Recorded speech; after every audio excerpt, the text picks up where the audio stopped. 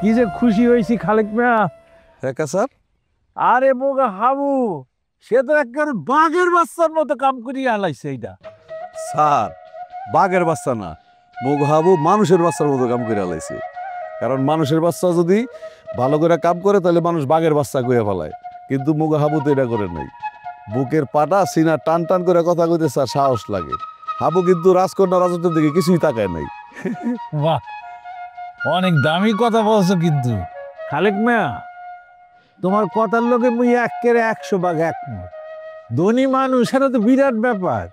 এরা ধরো যে এই সাধারণ মানুষ, কৃষক, গরিব মানুষ, এগুলো তো মানুষ বলি গণ্য করে না।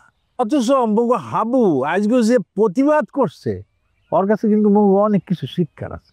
হয় স্যার, আপনাকে মতো মানুষের আসল সম্বলটা হলো সম্মান। আপনারা তো সম্মানের কাঙ্গাল স্যার।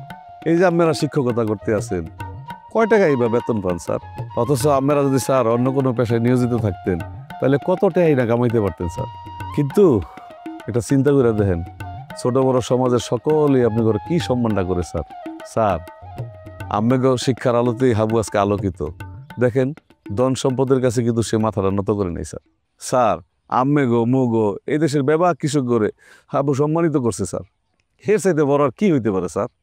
তুমি একটা জিনিস চিন্তা করিয়ে দাও খালেক মিয়া, মারজান রাজি আছিলে, চাইলেই হাবু আর লইয়ে গিয়া কোর্ট ম্যারেজ করিয়া ফেলাইতে পারতে। হয় স্যার। দুজন প্রাপ্তবয়স্ক, এলিয়ে কোনো আইনে সমস্যা নাই, জটিলতা নাই। মারজানের বাপে যদি বাড়াবাড়ি করতো এলেও কোনো সমস্যা ছিল না। কিন্তু মোগা হাবু লোভী ছেলে না, সে লোভ পরিত্যাগ করছে। সে তার ব্যক্তিত্ব লইয়া কিভাবে গুলিয়ে খাবাইছে। বাহ, ভালো ছেলে, আল্লাহর ভালো করুক। মুই প্রাণ থেকে সবসময় আল্লাহর লিগে দোয়া করি। ছেলেটা কেমনে ভালো থাকবে স্যার কোন? আমি তো জানি এক দুজনের মধ্যে কি গভীর একটা সম্পর্ক। স্যার মোরা ব্যাপারকেই জানি, ছেলে মেয়েটা পুইরা সারখার হয়ে যাবে। হয়তো স্যার হাবু এটা মুখে প্রকাশ করবে না, কিন্তু পুইরা ছাই হয়ে যাবে নিজে নিজে। খালেক, মুই একটা কথা কই, তুমি লিখকে রাখো।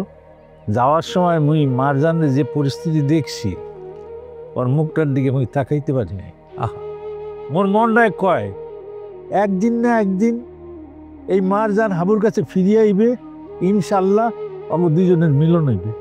স্যার মুই তো জানি না হাবু আর মারজানের কপালে আল্লাহ কি লেখা রাখছে। তবে স্যার একটা কথা কই, আল্লাহর কাছে মোর শেষ চাওয়া যে মোর জীবদ্দশায় যেন হাবু আর মারজানের মিলনটা দেখে যেতে পারি স্যার। এটাই মোর শেষ চাওয়া। জানি না আল্লাহ পাক মোর এই আশা পূরণ করবে কিনা স্যার। ইনশাল্লাহ খালেক, তোমার মনের আশা পূর্ণ হইবে, মোর মনের আশা পূর্ণ হইবে, মোর হাবুর মনের আশা ইনশাল্লাহ পূর্ণ হইবে। হইবে।